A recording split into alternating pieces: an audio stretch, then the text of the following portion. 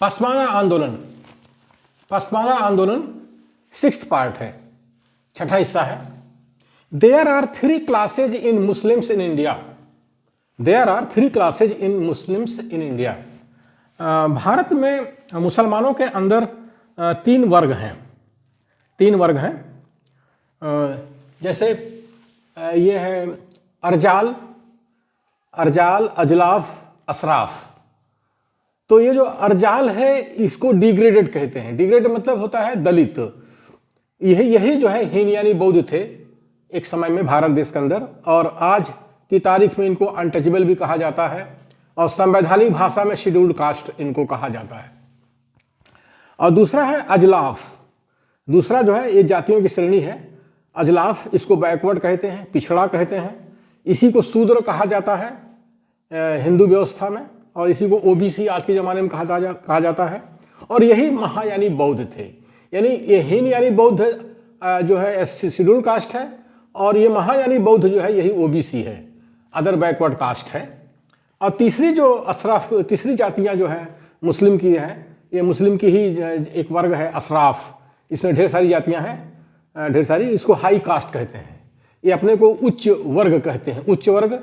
इसमें ज़्यादातर इन्वाइडर्स आते हैं जो कि मध्य एशिया से जो आक्रमणकारी भारत देश के अंदर आए थे, तुर्क है, मुगल है, ऐसे।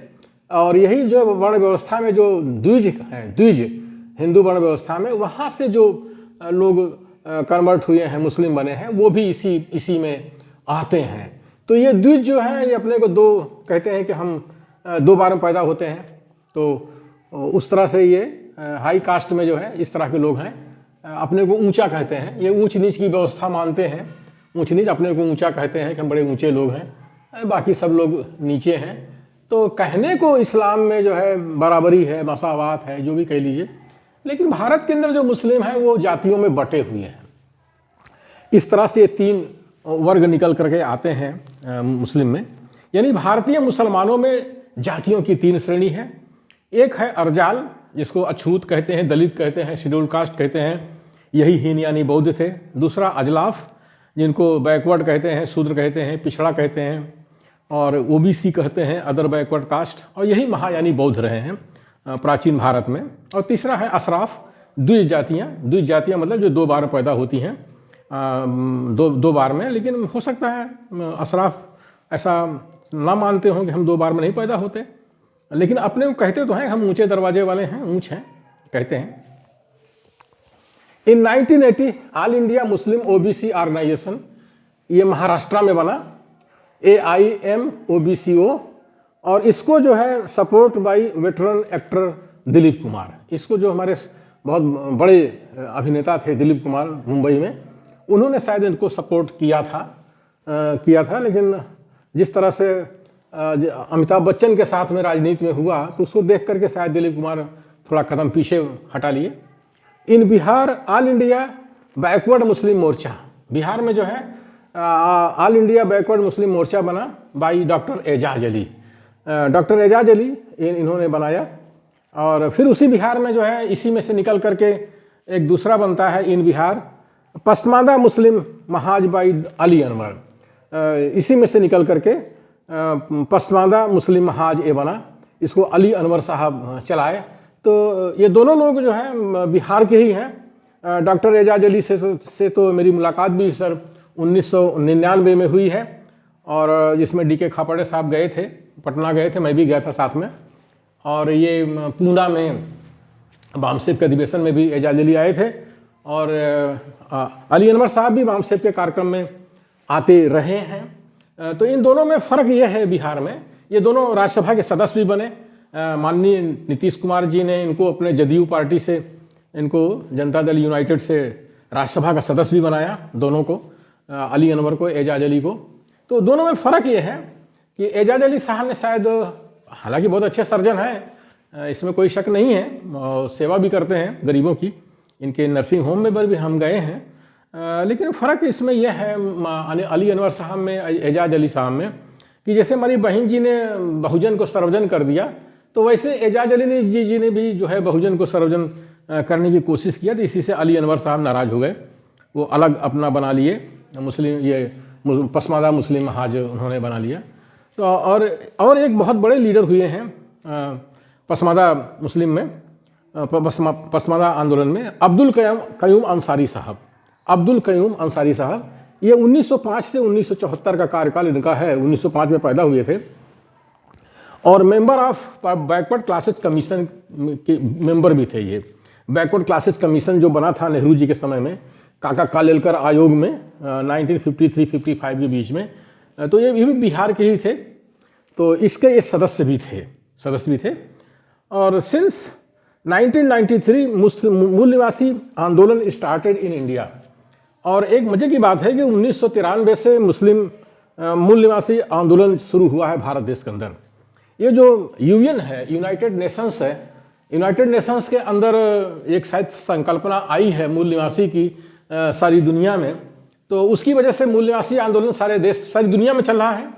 तो उसी का एक हिस्सा ये भी है कि भारत के अंदर भी मूल निवासी आंदोलन 1993 में स्टार्ट हुआ है, 1993 में शुरुआत हुई है।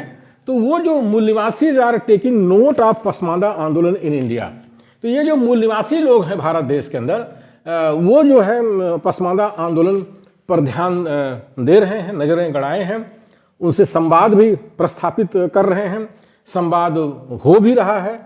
तो आगे चल कर के भारत की राजनीति में एक बहुत बड़ा परिवर्तन हो सकता है कि पसमादा लोग जो हैं मुस्लिम के अंदर, जिनको संवैधानिक लाभ नहीं मिल रहा है, फ़ायदा नहीं मिल रहा है, 341 का नहीं मिल रहा है या 340 का नहीं मिल रहा है अनुच्छेद का, तो वो उनको फ़ायदा मिल सकता है अगर मूल निवासी जो लोग जो है सबको इकट्ठा करते हैं। मूल निवासी में है कौन?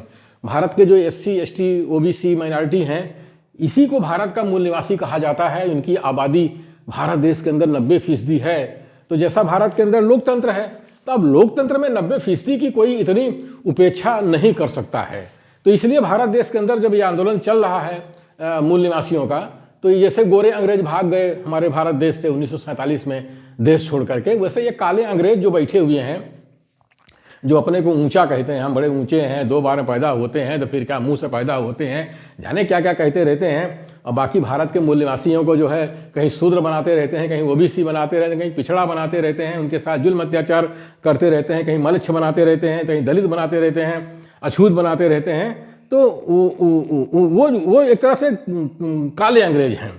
तो ये काले अंग्रेज भी मूल निवासी आंदोलन से भारत छोड़ करके भाग सकते हैं और भाग भी रहे हैं। बैंकों को चूना लगा करके, उसको लूट करके, मूस करके भागे जा रहे हैं। अभी तो हमारे अडानी जी जो है नंबर 3 थे दुनिया के अमीर, और पता नहीं कौन सा रिसर्च हो के आया कि अभी वो 20 नंबर में भी नहीं है। तो इतना ज़्यादा जुल्म अत्याचार मचाए हुए हैं, अनाचार, भ्रष्टाचार, व्यभिचार ये काले अंग्रेज हमारे भारत देश के अंदर कर रहे हैं। तो मूल निवासी आंदोलन से इन पर लगाम लगेगी और भारत का संविधान पूरी तरह से लागू होगा। जब पूरी तरह से लागू होगा तो पसमादा जो जातियां हैं मुस्लिम के अंदर, इनको भी संविधान का फ़ायदा मिलेगा, जरूर मिलेगा। आने वाले समय में भारत की राजनीति में बहुत बड़ा परिवर्तन होने जा रहा है और होना भी चाहिए। ये भारत के मूल निवासी हैं और जैसे कि हमने कहा कि मौलाना आसिम बिहारी जी ने भारत विभाजन का विरोध किया था, तो जाहिर है कि उनका विरोध आज काम आएगा और मूल निवासी के ही काम आएगा।